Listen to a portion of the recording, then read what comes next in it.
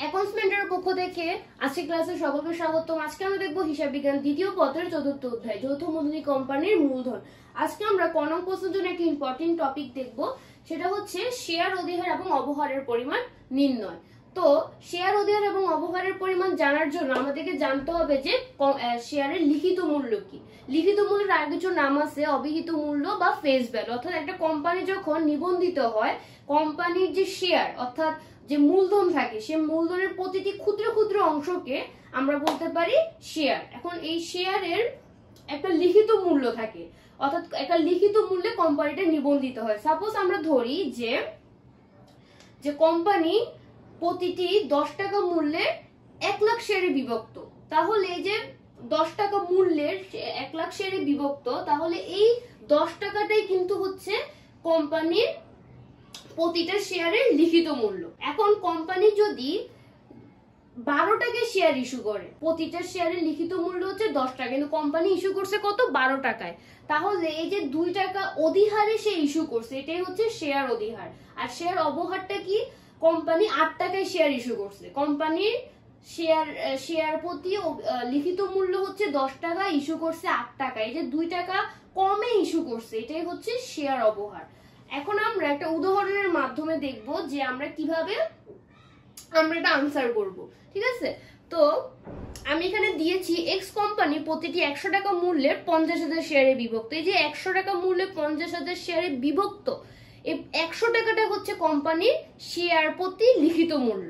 ঠিক আছে, শেয়ার প্রতি মানে প্রতিটা শেয়ারের লিখিত মূল্য।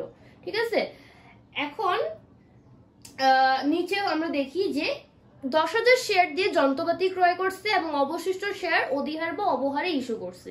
ঠিক আছে, 10% শেয়ারের অতিরিক্ত আবেদন পেয়েছে। আচ্ছা, তার মানে 50,000 শেয়ার ছিল, তার মধ্যে 10,000 শেয়ার দিয়ে কি করছে? যন্ত্রপাতি ক্রয় করছে। তো যেহেতু এখানে কিছু বলা নাই যে 10% মানে এটাকে অধিহারে কিনছে না অবহারে কিনছে, তাহলে আমরা ধরে নিলাম যে সে 100 টাকা মানে শেয়ারের মূল্য কত? 100 টাকা না, লিখিত মূল্য, সে 100 টাকাতে কি করছে? 10,000 শেয়ার দিয়ে যন্ত্রপাতিটা ক্রয় করছে। পরবর্তীতে বলা হয়েছে যে অবশিষ্ট শেয়ার কি করছে? অধিহার বা অবহারে ইস্যু করছে।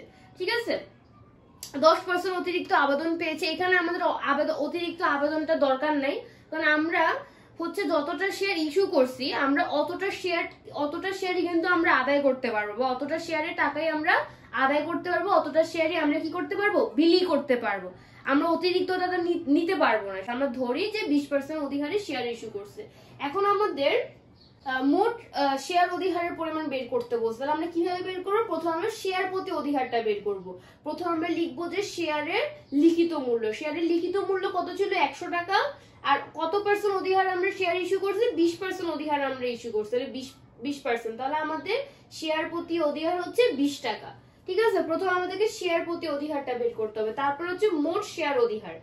মোট শেয়ার অধিহারের পরিমাণ আমরা বের করবো। আমরা বিলিখিত শেয়ার আমরা তার সাথে গুণ করবো হচ্ছে শেয়ার প্রতি অধিহার। বিলিখিত শেয়ার মানে আমরা যতটা শেয়ার হচ্ছে অধিহারে ইস্যু করছি, অতটা আমরা ওই বা বিলি করছি, অতটা শেয়ার আমরা এখানে নিব। আমরা এখানে আমাদের 50,000 শেয়ারের মধ্যে 40,000 শেয়ার 10,000 শেয়ার দিয়ে আমরা যন্ত্রপাতি ক্রয় করছি, কিন্তু এখানে কিন্তু বলা নাই যে আমরা অধিহারে বা অবহারে ক্রয় করছি। তাহলে আমরা ধরে নিলাম যে আমরা 100 টাকা মানে যে লিখিত মূল্য, সেই লিখিত মূল্যে আমরা কিনছি।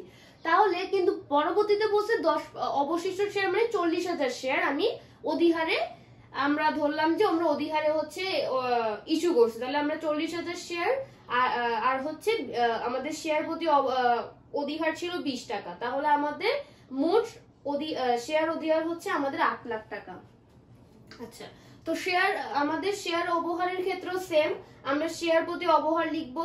আমরা লিখিত মূল্য 100 টাকা লিখলাম, আর এখানে আমরা ধরলাম যে 10% অবহারে আমরা ইস্যু করছি, তাহলে আমরা এখানে 10% করবো, তাহলে আমাদের আসবে হচ্ছে কত? 10 টাকা। ঠিক আছে, তাহলে এটা হচ্ছে শেয়ার প্রতি অবহার। এবং মোট অবহারের পরিমাণ আমরা বের করবো। আমরা কয়টা শেয়ার আমরা অবহারে ইস্যু করছি বা বিলি করছি? আমরা 40,000 শেয়ার অবহারে ইস্যু করছি, তাহলে আমরা 40,000 লিখলাম। তারপরে আমাদের শেয়ার প্রতি অবহার হচ্ছে 10 টাকা, তাহলে আমাদের মোট অবহারের পরিমাণ হচ্ছে 4 লাখ টাকা। তাহলে আমরা বিলিখিত শেয়ারের ক্ষেত্রে আমরা একটা জিনিস মাথায় রাখবো, সেটা হচ্ছে আমরা যতটা শেয়ার আমরা অধিহার বা অবহারে বিলি করব বা ইস্যু করব, আমরা অতটাই লিখবো এখানে। ঠিক আছে, আমরা যদি অধিহার বা অপহার ইস্যু না করি তাহলে আমরা লিখবো না। তাহলে এটা ছিল আমাদের শেয়ার অধিহার এবং অপহারের। আশা করি তোমরা সকলে ভালো করে বুঝতে পেরেছো।